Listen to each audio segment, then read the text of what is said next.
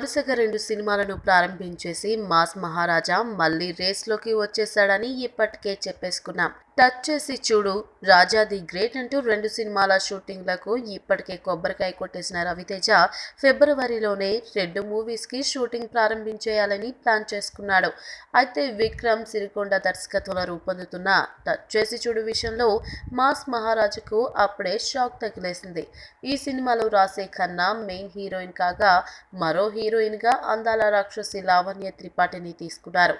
కానీ వరుస సినిమాలతో బిజీగా ఉన్న లావణ్య ఇప్పుడు రవితేజ మూవీ నుంచి తప్పుకుందని తెలుస్తుంది.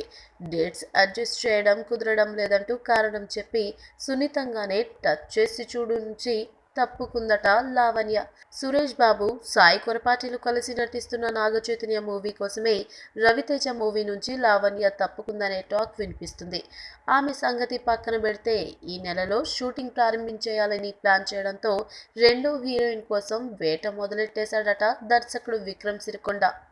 ఈ వీడియో మీకు నచ్చినట్లయితే సబ్స్క్రైబ్ చేయండి. ఫిలిమి స్టార్స్ బోలెడంత న్యూస్ బోల్డ్గా